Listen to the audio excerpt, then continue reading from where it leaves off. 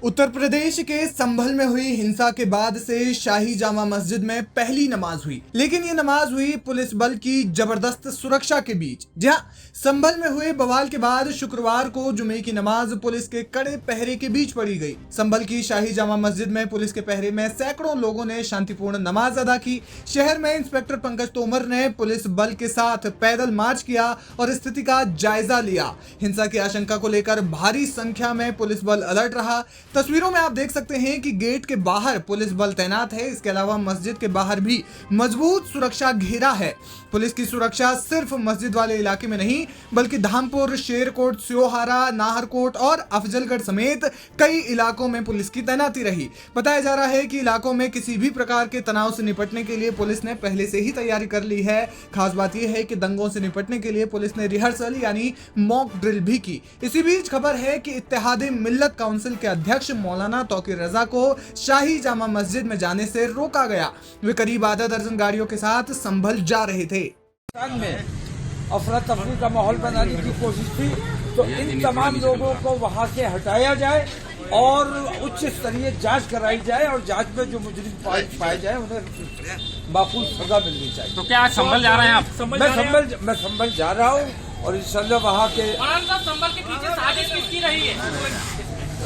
साजिश इसमें बराह रास्त मोदी की साजिश है। बराह रास्त उस जज पर दबाव बनाया गया है और मुनज़्ज़म साजिश ये सामने आई कि वो तमाम प्रशासन और पुलिस बिल्कुल अलर्ट बैठा हुआ था कि बस ऑर्डर आना है तो हाथ के हाथ ऑर्डर, हाथ के हाथ उस पर कंप्लाइंस और सीधे मस्जिद में घुस जाना। यहाँ तक मुसलमानों ने कोई रिएक्शन नहीं दिया, सब्र से काम लिया। लेकिन दूसरा सर्वे जब इन्हें ये लगा कि मुसलमान रिएक्शन नहीं दे रहा है, हम दंगा कराना चाहते, दंगा कराने में नाकाम हो गए, तो दूसरे सर्वे के बहाने मस्जिद में घुसे, जूते पहन के घुसे और हिंदू आतंकवादी संगठनों को साथ लेकर गए और धार्मिक उन्मादी नारे लगवाते हुए गए और पत्थर अपने साथ लेके गए थे कि अगर मुसलमान पत्थर नहीं फेंकेगा तो हम मुसलमान पर पत्थर फेंकेंगे ताकि पुलिस को मुसलमानों पर गोली चलाने में आसानी हो जाए। बहुत शुक्रिया। मौलाना तौकीर रजा ने कई गंभीर आरोप लगाए हैं। हालांकि उन्हें सीबीगंज थाने के बाहर बैरिकेड्स के माध्यम से रोका गया। पुलिस के मुताबिक उन्हें और उनके समर्थकों को हिरासत में लिया गया है। क्या मामला है? देखिए, अभी आईएमसी के अध्यक्ष मौलाना तौकीर रजा साहब अभी इनकी कॉल थी कि ये संभल के लिए प्रस्थान करेंगे जुमा की नमाज के बाद। इसी को कानून व्यवस्था को दृष्टिगत रखते हुए थाना सीबीगंज पर अभी आपको डिटेन किया गया है और इनको आगे नहीं जाने दिया जाएगा। हिरासत में है, गिरफ्तार किया गया? जी, इनको हिरासत में लिया गया है और इनको आगे जाने से साफ मना कर दिया गया कि आप आगे किसी दशा में नहीं जा सकते। अगला स्टेप क्या होगा सर?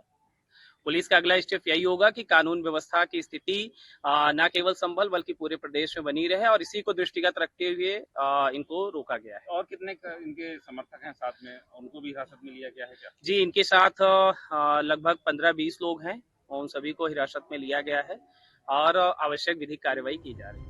बताया जा रहा है कि उनसे बातचीत की जा रही है। लेकिन इसी बीच दिल्ली में संभल से सांसद जियाउर रहमान बर्क ने सुप्रीम कोर्ट को मामले में हस्तक्षेप करने के लिए शुक्रिया अदा किया। माननीय सर्वोच्च न्यायालय, हम लोग इसी उम्मीद से गए थे कि वहां से हमें फैसला मिलेगा। हमने एसएलपी डाली थी और अल्लाह का शुक्र है माननीय सर्वोच्च न्यायालय ने उसको मंजूर करते हुए उस पर जो जजमेंट दिया है वो काबिल तारीफ है। अगली डेट तक जो 6 जनवरी लगाई है उस पर रोक लगा दी है सर्वोच्च न्यायालय ने और उसके साथ साथ जो रिपोर्ट है उसको बंद लिफाफे में रखने के लिए कहा गया है।